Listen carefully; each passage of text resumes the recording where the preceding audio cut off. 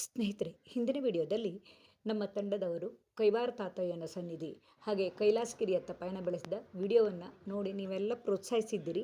ಈ ಕೈಲಾಸಗಿರಿಯನ್ನು ನೋಡಿದ ನಂತರ ಮುಂದೆ ಬಕಾಸುರನ ಬೆಟ್ಟವನ್ನು ಹತ್ತಲು ಸಮಯದ ಅಭಾವವಿದ್ದರಿಂದ ಚಿಕ್ಕಬಳ್ಳಾಪುರದ ರಂಗಸ್ಥಳದಲ್ಲಿರುವಂತಹ ರಂಗನಾಥ ಸ್ವಾಮಿ ದೇವಸ್ಥಾನ ಹಾಗೆಯೇ ಆದಿಯೋಗಿ ಸನ್ನಿಧಿಯನ್ನು ನೋಡಲು ಹೊರಟೆವು.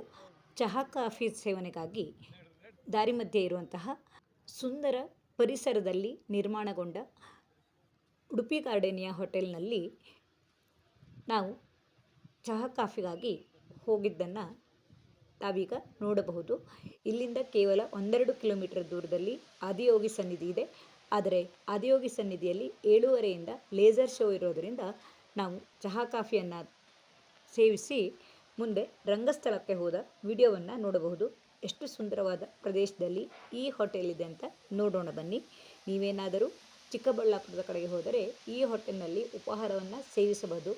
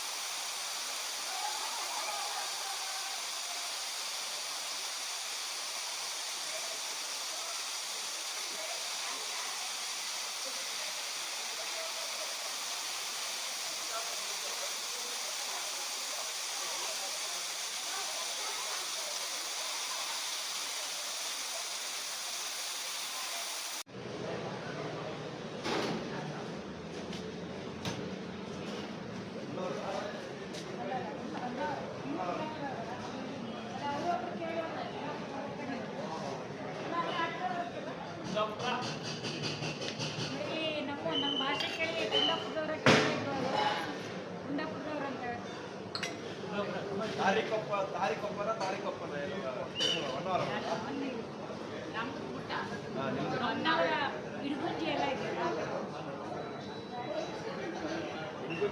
ಚಹಾ ಕಾಫಿ ಇತ್ಯಾದಿಗಳನ್ನು ಸೇವಿಸಿದ ನಂತರ ನಾವು ರಂಗಸ್ಥಳದತ್ತ ಸಾಗುವಾಗ ಈ ಮಣ್ಣು ಹಾದಿಯಲ್ಲಿ ನಮಗೆ ಮ್ಯಾಪ್ನಲ್ಲಿ ದಾರಿ ತೋರಿಸಿತು. ಆದರೆ ಸುಂದರವಾದ ಈ ಮುಸ್ಸಂಜೆಯ ದೃಶ್ಯವನ್ನು ನೋಡುತ್ತಾ ಸಾಗಿದ ಈ ಖುಷಿಯು ನಿಮಗೂ ಖುಷಿ ಎನಿಸಬಹುದು.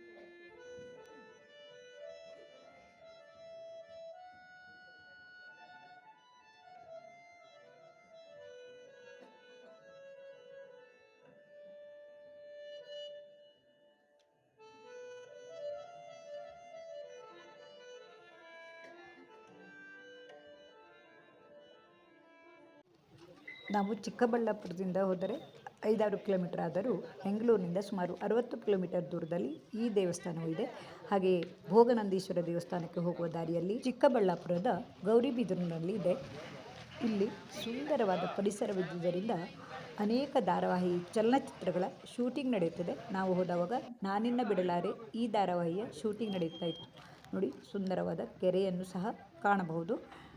ಹಾಗೆಯೇ ನಾವು ಮುಂದೆ ಸಾಗುತ್ತಿದ್ದಂತೆಯೇ ಮಲಗಿರುವ ರಂಗನಾಥನನ್ನು ಕಾಣಬಹುದು. ಸಾಲಿಗ್ರಾಮ ಶಿಲೆಯಲ್ಲಿ ಕೆತ್ತಿದಂತಹ ಈ ರಂಗನಾಥ ಸ್ವಾಮಿಯ ವಿಗ್ರಹವನ್ನು ಅನೇಕ ವರ್ಷಗಳ ಹಿಂದೆಯೇ ಶ್ರೀರಂಗಂ ಮತ್ತು ಶ್ರೀರಂಗಪಟ್ಟಣದಲ್ಲಿ ಹಾಗೂ ಈ ರಂಗಸ್ಥಳದಲ್ಲಿ ಏಕಕಾಲದಲ್ಲಿ ಸ್ಥಾಪನೆ ಮಾಡಿದರು ಅಂತ ಇತಿಹಾಸಕಾರರು ಹೇಳುತ್ತಾರೆ. ಹಾಗೆಯೇ ಈ ರಂಗನಾಥ ಸ್ವಾಮಿಯ ಪಾದದ ಬಳಿಯಲ್ಲಿ ಒಂದು ಕಿಂಡಿ ಇದ್ದು ಪ್ರತಿ ವರ್ಷ ಮಕರ ಸಂಕ್ರಮಣದಲ್ಲಿ ಸೂರ್ಯನ ಕಿರಣವು ಪಾದದ ಮೇಲೆ ಬೀಳುತ್ತದೆ ಅಂತ ಅಲ್ಲಿಯ ಅರ್ಚಕರು ಹೇಳಿದರು. ವರ್ಷಕ್ಕೊಮ್ಮೆ ಇಲ್ಲಿ ಜಾತ್ರೆ ನಡೆಯುತ್ತದೆ.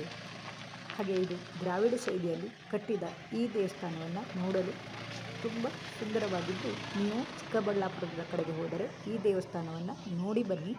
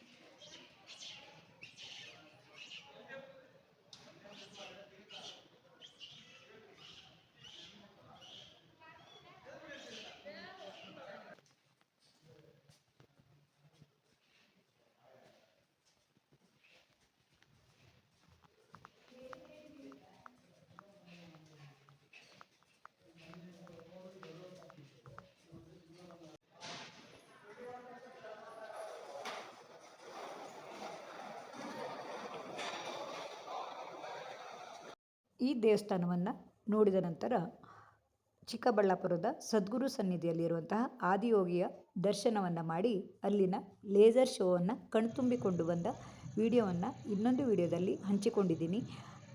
ಈ ಲೇಸರ್ ಶೋವನ್ನು ನೋಡಿದ ನಂತರ ನಾವು ತಿರುಗಿ ಈ ಉಡುಪಿ ಗಾರ್ಡನಿಯದಲ್ಲೇ ನಮ್ಮ ಊಟವನ್ನು ಪೂರೈಸಿ ಮುಂದೆ ಬೆಂಗಳೂರಿನತ್ತ ಬರುವಾಗ ರಾತ್ರಿ 10:30 ಗಂಟೆಯಾಗಿತ್ತು.